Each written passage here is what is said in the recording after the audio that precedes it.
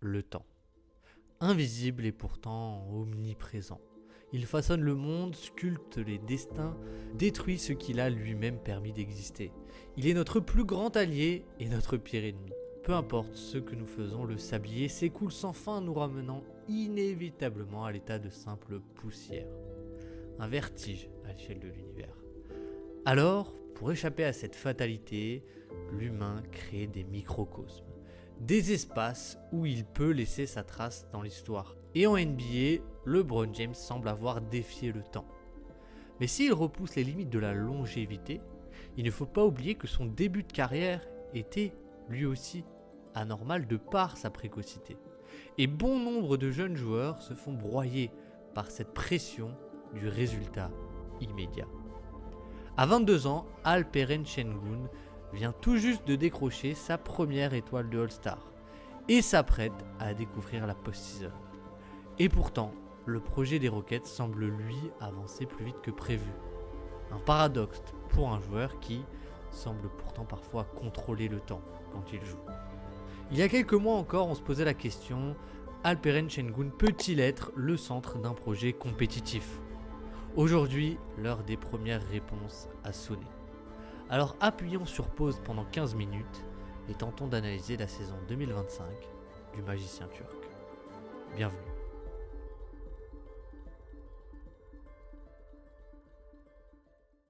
Si jamais la vidéo vous plaît, n'hésitez pas à la liker. Vous êtes très nombreux à avoir pris l'habitude et ça nous aide vraiment énormément. Donc merci à tous. On approche des playoffs, on a beaucoup de projets pour ces playoffs, ça va être la folie. Donc merci à tous ceux qui le font et bon visionnage.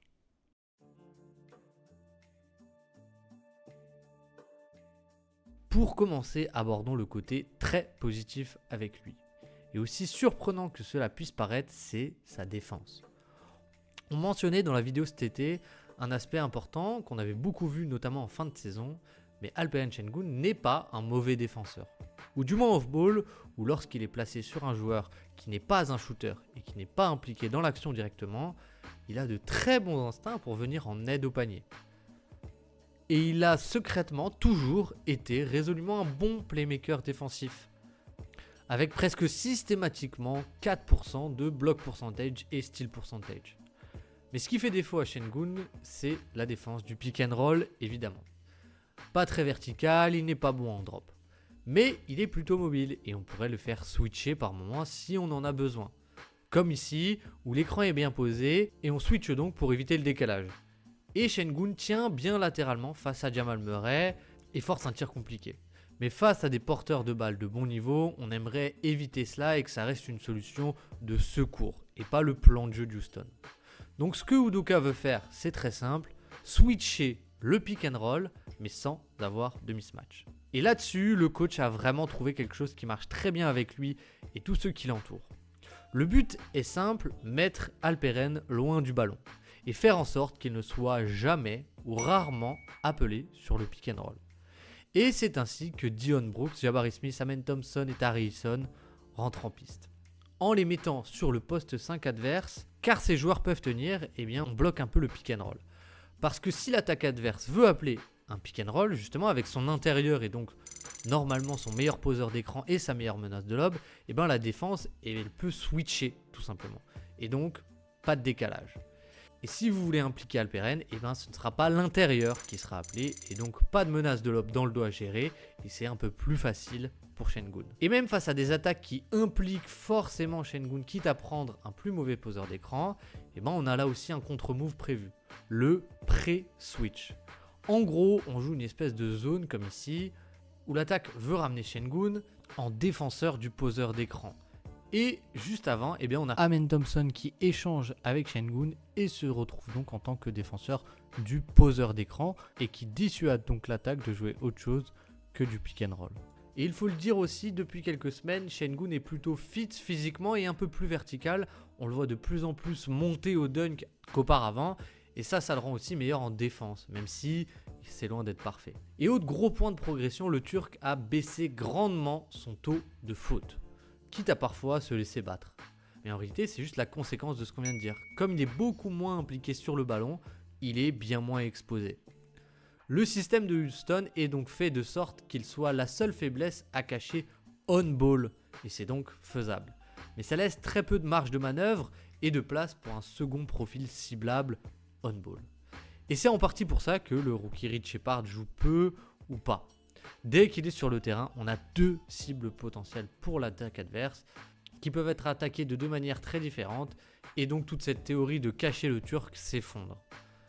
Et dans cette optique de toujours plus protéger le Turc, Udoka est en train d'expérimenter des line-up avec deux bigs, avec Steven Adams pour pouvoir mettre Steven Adams sur un poste 5 et encore une fois couper le pick and roll et déployer Sengun off-ball. On est sur 150 minutes, mais force est de constater que pour l'instant, ça marche extrêmement bien.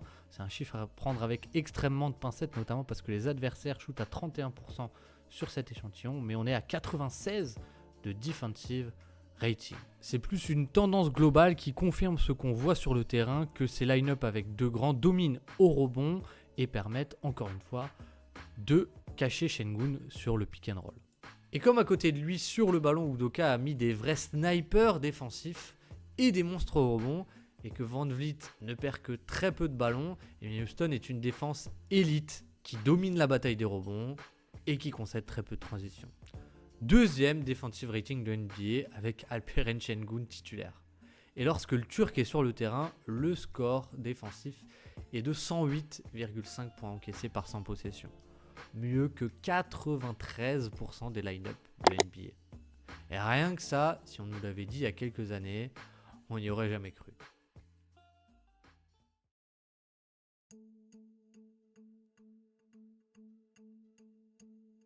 Le problème avec le numéro 28, c'est un peu l'inverse en réalité, de l'autre côté du terrain. Et là encore, c'est une immense surprise, mais en réalité, le développement du projet Rocket avec cette défense de fer est allé tellement vite que Houston est devenu compétitif bien avant que le Turc ne soit arrivé à maturité. Parlons de ce qui fâche, des chiffres et de l'efficacité de Alperen Sengun. 95 de true shooting plus basse efficacité en carrière, moins 5% par rapport à la moyenne NBA. C'est vraiment mauvais et c'est assez inquiétant pour un intérieur qui devrait en théorie trouver des tirs très rentables. Mais alors, plongeons un peu dans le comment et le pourquoi Alperen a un score si faible. En réalité, c'est là où c'est curieux et plus complexe qu'il n'y paraît. Sur les tirs au panier, Alperen Sengun est à 66% de réussite. Autant que l'an passé, 1% moins bien que l'année d'avant. Un écart rédhibitoire. À mi-distance, il a progressé sur les longs 2, mais on tombe aussi sur la première explication.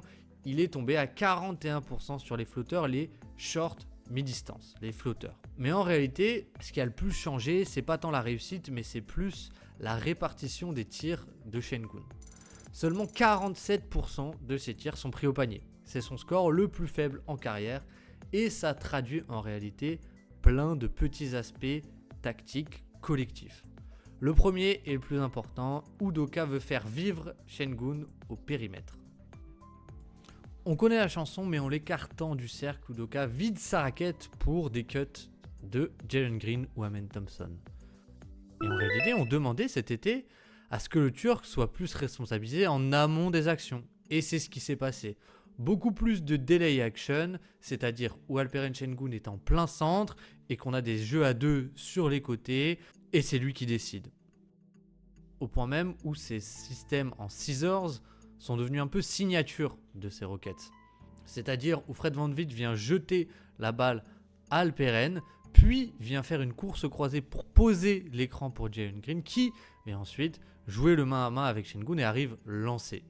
Et l'autre move signature, c'est aussi ses mains à main avec Jalen Green, ou en tout cas ses feintes de main à main, où Jalen Green rejette le main à main, cut sur la ligne de fond et peut aller dunker. Et pourquoi la raquette est vide? Parce que Sengun est en amont de l'action. Et en réalité, on a plus de création au global, puisque Sengun n'est assisté que sur 47% de ses tirs contre 65% l'an passé. Presque moins 20%, et ça c'est positif et pas à sous-estimer.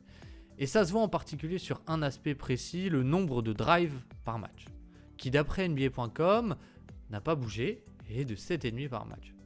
Mais en réalité, sur ces drives étaient comptés les pick and roll en tant que rollman, qu'on voulait voir réduit cette année. Et sur les pick and roll rollman, le chiffre est passé de 5,7 à 3,7. Et donc il y a 2 drives en plus par match qui ont été remplacés en fait par des drives balle en main. Car les Rockets ont vraiment développé Sengun comme un joueur beaucoup plus de face-up et beaucoup moins de post-up. Et on peut aller un peu dans le pourquoi et quelles sont les qualités de Sengun qui fait que ça c'est une vraie arme en plus pour les Rockets et ce qui pourrait aussi le faire passer à terme dans une autre catégorie et pas seulement un joueur de post-up. Mais en réalité, Sengun c'est un joueur plutôt mobile avec un centre de gravité assez bas et qui donc face à beaucoup d'intérieurs peut les driver en vitesse. Et ça, on y reviendra peut-être après, mais en vue des playoffs, c'est super positif parce que ça permet de cibler certains joueurs. Regardez comme Valanciunas est bas ici, il prend de la vitesse et là le très beau spin move pour se décaler. Et en fait, on a vraiment un joueur qui attaque l'action sur un face-up, qui prend de la vitesse et qui arrive grâce à son corps assez épais, assez costaud, à créer de la séparation et à sa vitesse d'exécution de hanche, à aller chercher ce petit lay-up. Là, face au Magic, face à Goga Bitadze, encore une fois, on arrive lancé et hop, des grands pas, le footwork, le spin move, pour en réalité regarder se créer ce post-up un peu lui-même, ou en tout cas créer l'écart qu'il lui faut pour déclencher ce push-up. Et en fait, ça lui permet de se créer un peu l'écart sur post-up et finir par un move de post-up avec un flotteur, mais créer l'écart qu'il n'arrive pas forcément à créer sur du post-up classique parce qu'il n'est pas assez grand et costaud. Et là, regardez face à Goga Bitadze, il défend en reculant et donc il peut pas attaquer Sengun au contact parce que sinon il se ferait passer assez facilement. Et donc il défend en reculant pour pas se faire passer. Et là, Sengun du coup peut dégainer ce petit flotteur avec beaucoup de toucher sans qu'il soit contesté. Et en fait, une des qualités qui fait que Sengun est vraiment un bon driver, c'est aussi sa qualité de décélération. Et c'est pour ça que je voulais parler un peu du temps, et je disais qu'il jouait avec le temps en intro, parce que c'est vraiment quelque chose d'assez unique. C'est peut-être la meilleure décélération de NBA, au point où Thomas Bryant pense qu'il y a marché, regardez, il réclame le marché, mais en réalité, c'est juste qu'on a un joueur qui a vraiment cette capacité à presque s'arrêter. Et ça, regardez, 1, 2, et je m'arrête presque, et là, j'ai le pied levé, une vraie petite ballerine. Ce qui fait qu'en fait, je peux juste attendre simplement que Thomas Bryant redescende de son contest. Je joue avec les lois de la gravité et je mets mon petit layup. C'est vraiment quelque chose qui marche plutôt pas mal, c'est pick and roll inversé, ce jeu de face-up, parce que c'est un bon decision maker et parce que ça met des défenseurs, même des très bons, dans des situations qu'ils n'ont pas l'habitude.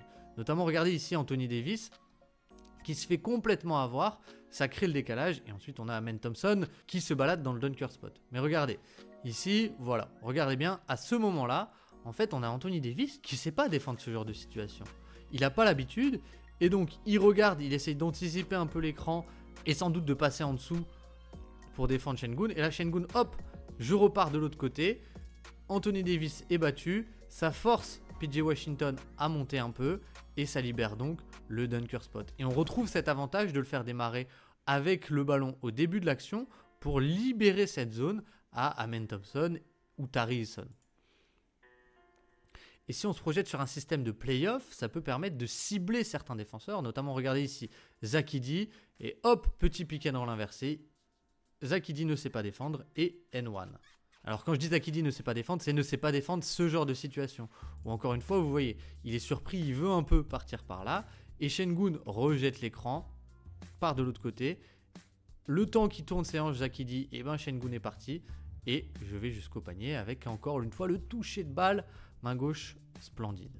Et en fait, on l'a déjà vu contre Memphis, contre Dallas et aussi contre Minnesota, qui est peut-être un des meilleurs matchs de Sengun en carrière, où ils ont vraiment spammé ce pick and roll inversé, parce que Rudy Gobert, c'est un super protecteur de panier, mais il ne sait pas défendre ce genre de situation. Et même face à des joueurs comme Julius Randle, ils ne sont pas forcément habitués. Vous voyez, regardez ici, Julius Randle, il est trop inquiété par l'écran parce qu'il n'a pas l'habitude de faire ça. Et de suite, je pars à gauche, un peu la spéciale Sengun, avec ce pas négatif aussi, qui lui permet de prendre un peu d'impulsion, de descendre assez bas, décélération complètement dingue pour se décaler de Naz Reid et finir encore une fois au panier. Et cette situation, je l'aime bien encore une fois parce qu'on peut aussi faire des pick and roll qui démarrent assez proche du panier. Et là, ça finit pas en dunk, mais encore une fois, regardez comme ça met Rudy Gobert, donc un depoy, dans l'inconfort. Regardez bien, Rudy Gobert, il est inquiété par l'écran, il suranticipe et hop, petit jab step, pas négatif. Ici, vous le voyez, le pas négatif et je pars avec l'impulsion de mon pied gauche pour aller jusqu'au panier. Rudy Gobert avait suranticipé l'écran et je finis sans qu'il n'y ait plus de protection secondaire puisque le défenseur du panier est sur moi. Et ils ont tellement insisté là-dessus que Minnesota a fini par mettre Anthony Edwards sur lui, comme vous le voyez ici, pour bloquer ce drive. Et ça permet d'amener des post-up beaucoup plus simples pour lui face à des mismatchs. Mais vous le voyez, on part pas du post-up, mais vraiment on a le post-up face au mismatch qui est une conséquence de tout le match où on a joué ce jeu de face-up et de drive. Et globalement, on a des post-up qui sont quand même vachement mieux amenés, je trouve, cette saison à Houston. Ici, on le voit, qui attire l'aide de Porzingis, qui libère Amen Thompson et ça finit sur un panier facile. Mais globalement, si on regarde les chiffres, il est remonté de 50e centile à 67e centile parce qu'il joue beaucoup plus de post-up face à des mismatchs. Et ça, c'est super intéressant. On n'y est pas encore tout en haut, il y a encore parfois des séquences où ça démarre par un post-up, mais on sent que c'est plus le plan A et l'unique plan des Rockets. Là encore une fois, on est face à une équipe des Kings qui joue petit pour justement, on a sorti Valanciunas, on veut un peu bloquer ce face-up game qui nous a fait beaucoup de mal. Et bien qu'est-ce qui se passe? Et bien là on peut jouer du post-up, là Alperen Sengun a un joueur qu'il peut enfoncer jusqu'au panier et provoquer la faute. Et ce qui est intriguant en tout cas, c'est que les Rockets jouent plus en plus avec Steven Adams et Alperen Sengun. On le fait prêt à jouer comme un 4. Et ce qui est intéressant, c'est que du coup les intérieurs adverses vont vouloir défendre sur Steven Adams, évidemment. Et donc Sengun peut se retrouver avec des mismatchs, comme ici face à Anthony Black. Vous voyez, ça attire l'aide. Hop, encore une fois le spin move.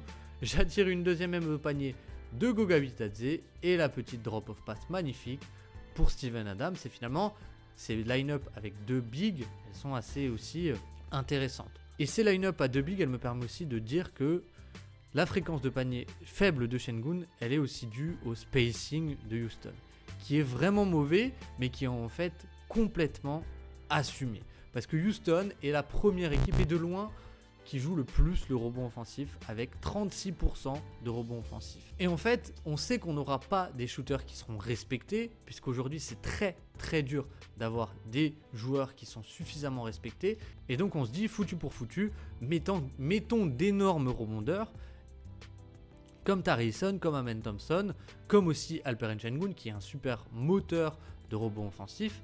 Et en fait, c'est aussi ça. Si vous mettez votre intérieur sur Sengun, et ben vous aurez un plus petit sur Steven Adams. Et Steven Adams, il va dominer au rebond. Et la dernière raison pour laquelle cette fréquence elle est faible, c'est parce que tout simplement, on essaye de développer Alperen Sengun aussi comme un joueur qui a une palette beaucoup plus large. Mais c'est vrai que le développement se fait un peu attendre. On n'est qu'à 41% sur les mid-range, 25% à 3 points. Mais malgré tout, je pense toujours que le problème, c'est pas le toucher de balle, mais c'est vraiment la mécanique qui n'est pas du tout adaptée. Et là, on peut voir un peu et s'arrêter un peu, mais regardez. Donc, déjà, on fléchit très peu les jambes, mais surtout, c'est la position du bras et du ballon. On a un peu un tir catapulte qui, vous le voyez ici, mais Alperen Sengun a vraiment son bras droit et donc son bras qui vise, qui est à côté. On a un peu un tir catapulte, le ballon part de la droite de sa tête. Et ça, c'est pas idéal pour viser. C'est pas idéal pour viser. Et il tire quasiment à une main. Vous voyez, il est un peu obligé de se tourner pour viser correctement. Et on a vraiment un push shot qui n'est pas forcément un mauvais transfert d'énergie, même s'il n'y a pas forcément beaucoup de... Les jambes ne sont pas forcément très pliées. Mais on a surtout un tir très catapulte qui n'est pas idéal pour la coordination main-œil. Et donc, si le développement à 3 points et à mi-distance, il n'est pas encore là, et c'est un peu ce qu'on attend avec Alperen Sengun à terme et qui pourrait le faire passer, le refaire passer au-dessus de l'efficacité moyenne, puisque c'est un joueur qu'on veut faire jouer au périmètre. Le résultat de tout ça, c'est qu'on a un joueur qui est quand même impactant, mais qui est limité et qui a certaines questions sur sa viabilité en playoff, tout comme le système de Houston d'ailleurs. Qu'est-ce qui va se passer si on a un master du pick and roll qui va le cibler en permanence, comme par exemple chez Gilgeous Alexander, ou même on a vu parfois Ja Morant sur les matchs contre Memphis. Qu'est-ce qui va se passer s'il n'y a pas forcément la match-up idéale offensivement et qu'on ne peut pas lui faire jouer de face-up ni de post-up? Et qu'est-ce qui va se passer du spacing? Est-ce que Houston va vraiment des problèmes de spacing ou est-ce que Houston réussira à toujours dominer au rebond offensif et sauver la mise de ce côté-là? Beaucoup de questions qui seront bientôt répondues. En tout cas, j'ai hâte d'être en playoff. J'ai hâte de voir Alperen Şengün. On garde espoir de le voir développer un bon jeu offensif aussi. Et ce qui est curieux, c'est qu'en fait, tout a été un peu développé. Le face-up, le passing game, la défense, sauf le scoring, ce sur quoi on adorait le joueur en début de carrière. En tout cas, j'espère que cette vidéo vous aura plu. N'hésitez pas à me dire ce que vous pensez d'Alperen Şengün en commentaire. Est-ce que ça va choke en playoff? En tout cas, faites-le toujours dans le respect et dans la bonne humeur. Mais bon, j'ai pas trop de doute là-dessus. Merci de m'avoir écouté et à très bientôt. Ciao, ciao.